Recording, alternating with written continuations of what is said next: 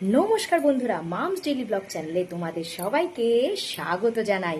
আবার একটা নতুন দিনের নতুন ব্লগ নিয়ে চলে এসেছি আমি তোমাদের সামনে। তাহলে চলো দেরি না করে লেটস গেট স্টার্টেড।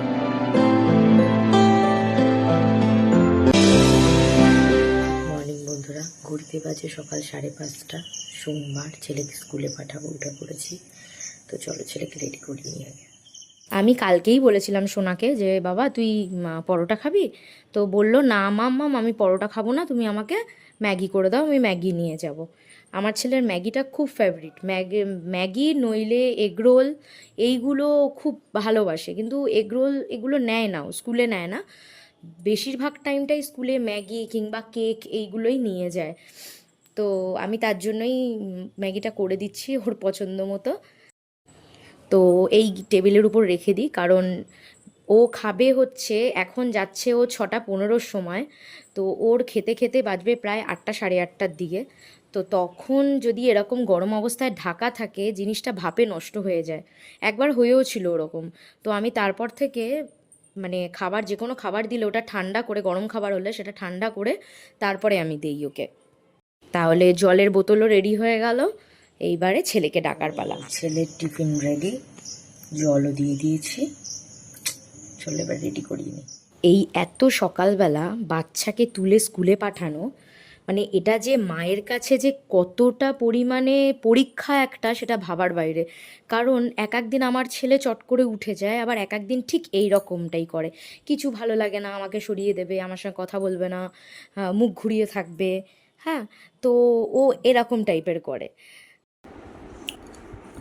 এই দেখো আমার সোনা বাবা ড্রেস পরা হয়ে গেছে, এবার আমরা নিচে যাব আর জুতো পরে তারপরে টাটা স্কুলে। তো ছেলে তো রেডি হয়ে গেছে, এবার নিচে যাবো, ওকে কিছু খাইয়ে দেবো। এর মধ্যে ওর বাবা নিচে নেমে যাবে, বাবা তারপর নিয়ে যাবে ওকে।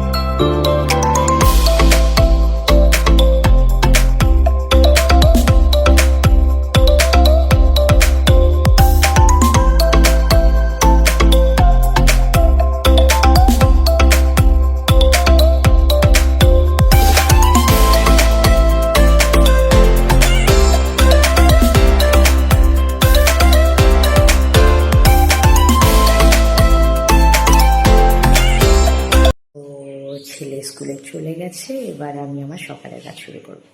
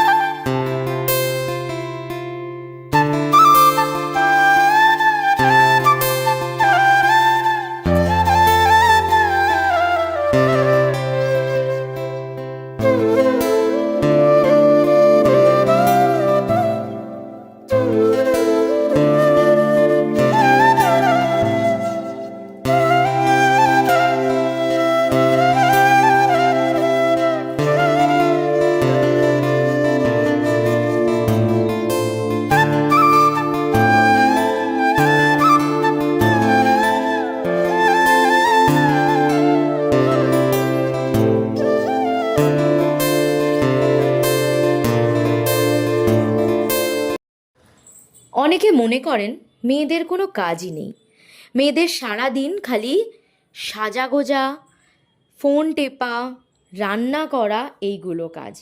কিন্তু যারা বলেন তারা যদি একটু স্পষ্ট করে দেখেন, তাহলে বুঝতে পারবেন যে নিজের মা বা নিজের বউ তারা কিন্তু কম খাটে না।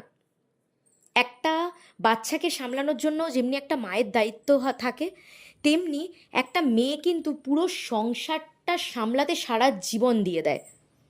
তাই না? এই যে আমরা অনেকে ভাবি যে শাশুড়ি বৌমার ঝামেলা লাগছে, শাশুড়ি বৌমার ঝামেলা লাগছে। আচ্ছা আপনারাই বলুন তো, আমিও একজন কারোর বৌমা। তো আমিও প্রথম প্রথম খুব অশান্তি হতো, আমাদের ঘরেও অশান্তি হতো, কিন্তু এখন বুঝতে পারি যে কেন আমার শাশুড়ি মা নিজের জায়গাটা ছেড়ে দিতে উনি চাননি। কারণটা আমি আপনাদের বলছি, আপনারাই বলুন যে এটা ঠিক কি ভুল। তিনি আজ এত বছর ধরে তার ছেলেকে বড় করেছে, করে তারপরে তাকে মানুষ করেছে, নিজের সংসারটাকে সুন্দর করে সাজিয়েছে এত বছর ধরে। চট করে কি অন্য একটা মেয়ের হাতে দিয়ে দেওয়া যায়? অবশ্যই নয়, যায় না, সেটা কোনোভাবেই সম্ভব নয়। এটা আমি অনেক দেরি করে বুঝেছি। ঘড়িতে বাজে সকাল 8টা, আর আমার উপরের সব কাজ শেষ। ছেলে স্কুলে গেলে এই একটা সুবিধা যে একদম সকাল সকাল কাজ শেষ হয়ে যায় সব কিছুতে। তো এখন আমি চা খাইনি, আসলে কাজ না করে বাসি কাজটা না সারা পর্যন্ত আমার গলা দিয়ে কিছু নামে না আর কি। তো উপরের কাজ যেহেতু শেষ হয়ে গেছে, এবার আমি নিচে যাব, চা খেয়ে নেব, তারপরে বাদ বাকি কাজ সারব। তো চা খাওয়া আমার হয়ে গেছে, এখন বাজার নিয়ে আসার পালা। তো আমার বর আজকে বলল যে কোনো খাবার রেডি করার দরকার নেই, আমি ইডলি নিয়ে আসবো, তো ইডলি খাবো আমরা সবাই মিলে। তো এখন তারই অপেক্ষা করছি যে কত তাড়াতাড়ি আসে, চা খেয়ে বসে আছি। বলতে না বলতেই ঢুকেছে আমার বর বাজার নিয়ে আর ইডলি নিয়ে। তো ইডলিটা বেড়ে ওকে দিয়ে দিলাম, আর আজকের আমার ব্রেকফাস্ট হলো ইডলি। তো কাদের কাদের ইডলি ভালো লাগে তোমরা অবশ্যই কমেন্টে জানিও। আমরা বেশিরভাগ সময়ই নিজেরা ইডলিটা বানিয়ে খাই ঘরে, কিন্তু আজকে আর সময় ছিল না, তো তার জন্য ইডলিটা বাইরে দিয়েই কিনে আনা হয়েছে। কাজের দিদি যতই থাকুক না কেন, সকালবেলা কাজ করুক আর বিকেলবেলা কাজ করুক, যাই করুক না কেন, একটা জিনিস কাউকে বোঝানো যায় না যে কাজের লোক থাকলেও বাড়ির লোকেদের খাটনি কম পড়ে না। এই দেখো না, আমার কতগুলো বাসন মাজতে হচ্ছে, বাসন মেজে দিয়ে গেছে তারপরেও কতগুলো বাসন বেরিয়ে যায়, টিফিন খাওয়ারটা পড়ে থাকে, কিংবা সন্ধেবেলা যদি টিফিন খাওয়া হয় সেই টিফিন বাটিরটা সন্ধেবেলা আমরা ধুয়ে ফেলি, বিকালবেলা ধুয়ে গেলে কাজের বউ। তো অনেক কাজ থাকে, কাচাকুচিও এরকম অনেক কিছু আছে যেগুলো আমরা সব করতে দিই না তাকে, কারণ একজনের উপরে ছেড়ে দিলেই তো হয় না। এখন আমি তাকে দিয়ে গেলাম, সেও তো মানুষ, আমিও মানুষ, ওর জন্য আমরা ভেবেচিন্তে দেই যাতে ওনারও কষ্ট না হয়, আমাদেরও কষ্ট না হয়। তো এই বাসনটা মাজা হয়ে গেলে আমি মাছটা ধুয়ে দেবো। এই দেখো বন্ধুরা, এটা কাতলা মাছ, তো আমি নুন হলুদ মাখিয়ে দিয়ে দেবো, মাছটা ধুয়ে নুন হলুদ মাখিয়ে দিলে আমার শাশুড়ি রান্না বসাবে। আমি নিচ থেকে উপরে চলে এসেছি, আর নিচের কাজ টোটালি সব শেষ করে এসেছি, মাছ ধোয়া থেকে শুরু করে সব কিছু করে এসেছি। এইবারে আমি উপরের কাজ সারবো, উপরেও আমার কিছু কাজ আছে, আজকে আমার পুজো দিতে দেরি হবে, কারণ অনেক কাজ আছে, স্নান করার আগের কাজ অনেক আছে, ওর জন্য আমি টিফিনটা করে নিয়েছি, নইলে আমি টিফিন খাই না খুব একটা। তো চলো কাজগুলো শেষ করে দিই। পুজো দিতে বসেছি সবে, এর মধ্যে দেখি বাইরের গেটের শব্দ, আমার ছেলে চলে এসছে স্কুল থেকে। আমি বললাম না আজকে প্রচণ্ড দেরি হয়ে গেছে আমার, অন্য কাজগুলো সারতে সারতে পুজো দিতে বসতে অনেক সময় হয়ে গেছে। পুজো শেষ বন্ধুরা, আমি যেটা বলছিলাম আমি সেই কথাতেই আসি।